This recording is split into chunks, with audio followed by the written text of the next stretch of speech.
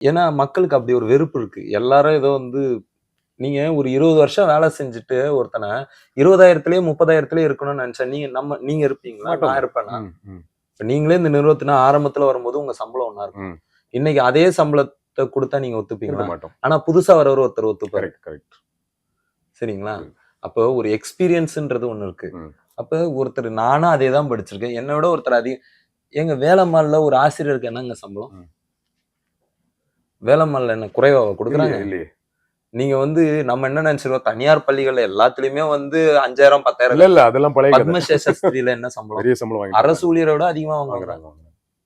எஸ்பிஓல என்ன சம்பளம்? நீங்க எந்த தனியார் பள்ளி பெரிய பெரிய தனியார் பள்ளிலாம் நீங்க பெரிய எடுத்தீங்கன்னா, சம்பளம் வாங்குறாங்க. பெரிய அந்த இந்த வந்து இன்டர்நேஷனல் சிலபஸ் நடத்தக்கூடிய ஸ்கூல்லாம் போனீங்கன்னா, நம்ம நெனைக்க முடியாத சம்பளம் வாங்குறாங்க.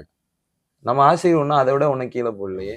அப்ப இந்த அரசு வந்து இன்னொன்னு சொல்றேன். இந்த அரசு காஸ்ட் கட்டிங்ன்னு சொல்லுது. ம், நீ காஸ்ட் கட்டிங் என்ன பண்ணிட்ட? ம், ம். தனியாருக்கு குடுத்து என்ன காஸ்ட் கட்டிங் காஸ்ட் நடந்துச்சு கேட்கிறீங்க? கட்டிங் என்ன பண்ண? ஒரு துறை சொல்லு. ஒரே ஒரு துறை. இதோ இப்ப இருக்கிற போக்குவரத்து துறையில, அப்பா வந்து போக்குவரத்து கழகங்கள் உருவாக்கி, அப்பா வந்து எல்லாத்தையும் அரசு மயமாக்குனாரு. கரெக்ட். பொள்ளாச்சி மகாலிங்கம் ஓடியிருந்த பஸ்ஸு பல்லவன் போக்குவரத்தா மாறுது. நம்ம வந்து அரசு பேருந்துல போனோம். எல்லாம் ஊருக்கு போச்சு, எல்லாம் கிராமத்துக்கு போச்சு, எல்லாம் சேரிக்கு போச்சு. அதுவும் இன்னைய வரைக்கும் சில சேரிகளுக்கு பல சேரிகளுக்கு போல. அது வேற. இஷ்யூஸ் இருக்கு. ஆமா. ஆனாலும் அது நடந்துச்சு ஒண்ணு. நடந்துச்சு. ம். ஏதோ நான் கேட்க முடிஞ்சது. கவர்ன்மெண்ட் ம். பஸ்ன்றதுனால கேட்க முடியுது. வான்னு இன்னைக்கு மகன் ஆட்சி செய்றாரு. கலைஞரின் மகன் முத்துவேல் கருணாநிதி ஸ்டாலின் சொன்னவரு, அந்த போக்குவரத்து கழகத்துல இருக்கக்கூடிய பேருந்துகள் தனியாருக்கு போயிடுச்சு. இது உங்களுக்கு தெரியுமா? போக்குவரத்து கழகத்துல தனியார் பேருந்துகள் ஓடுது. ம். எத்தன பேருக்கு தெரியும்? ம்.